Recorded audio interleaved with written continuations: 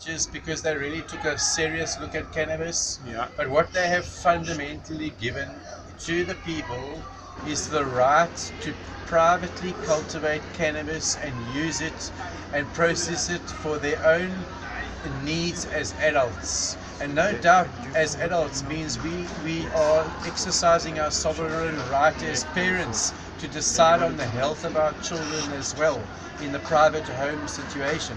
But what this judgment actually gave us was health back to the people, and outside of corporate reach.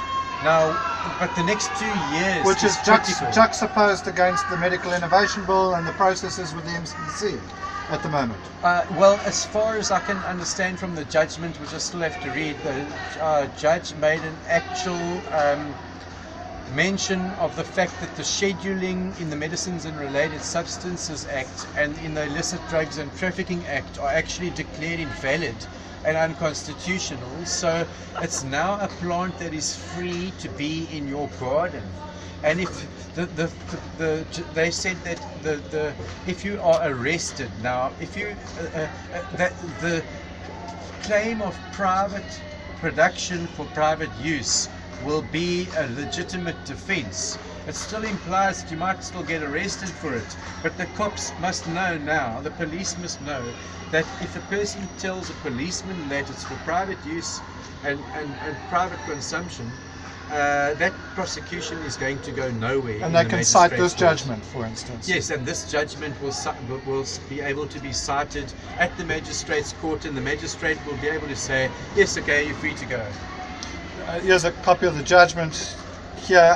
I believe it's 76 pages long. 66. 66 pages long. So and a unanimous decision by 3 judges. There are their signatures. Fantastic.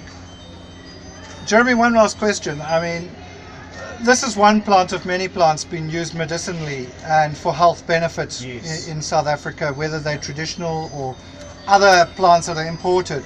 Does this judgment, in your opinion, is this going to have impact on people using other plants which are also looking at being prohibited by medicines laws at the moment in terms of natural health products? Well, let me just look at the plant Iboga, which is used for treating addiction situations. The Medical Control Council recently, just unanimously and without consultation, decided to declare Iboga completely illegal to cultivate, just like Dagga. And that was actually intentional in order to allow the addiction industry to continue with the way it is done in the mainstream. And herbal practitioners offering Iboga treatment for addiction were suddenly sidelined in an anti-competitive spirit.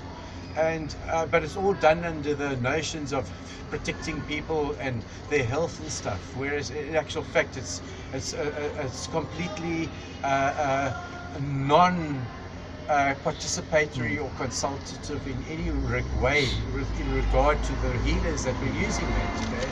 And that applies to the other herbs and things that are in our pharmacopoeia of nature in South Africa. I particularly personally value Withania somnifera, which is called ashwagandha, which grows wild in the Eastern Cape. And I also value the stuff from the Southern Cape, the Sutherlandia. Those plants have a massive part to play in our health, and yet they're just still growing wild. But now we have to protect those things and ensure that pharmaceutical sector, the big pharma sector, doesn't say that will be taken by us. Okay. So in a nutshell, somebody has cannabis in their home, the police come knocking on their door on some tip-off that they've got cannabis or they're using cannabis. What is your message to them today if this judgment takes time to trickle through the legal justice system and the police? What is their next course of action? I think that if a policeman knocked on your door with a search warrant for cannabis now, and I have to find out more about this and read deeper into the judgment, it means that if you said to the policeman that your cannabis in your yard was for private consumption and use, and the cop didn't have any evidence of you selling any, he wouldn't have a case. The case ends there. And then if the policeman, for some unknown reason, took it via charges to a magistrate's court, the magistrate would have to accept the defense of private cultivation for private consumption. Thank you. And so this is medicine back into the hands of the people. Thank you. Yeah. Awesome. Thank you. Great interview. A dealer? Very so you can edit it down a bit. I will. I'll give it to you. However your soundbite goes. Yeah, it's going to go well. So what will I'm happen going to blend you in with dealers? Prince. What will happen to Dealers! dealers?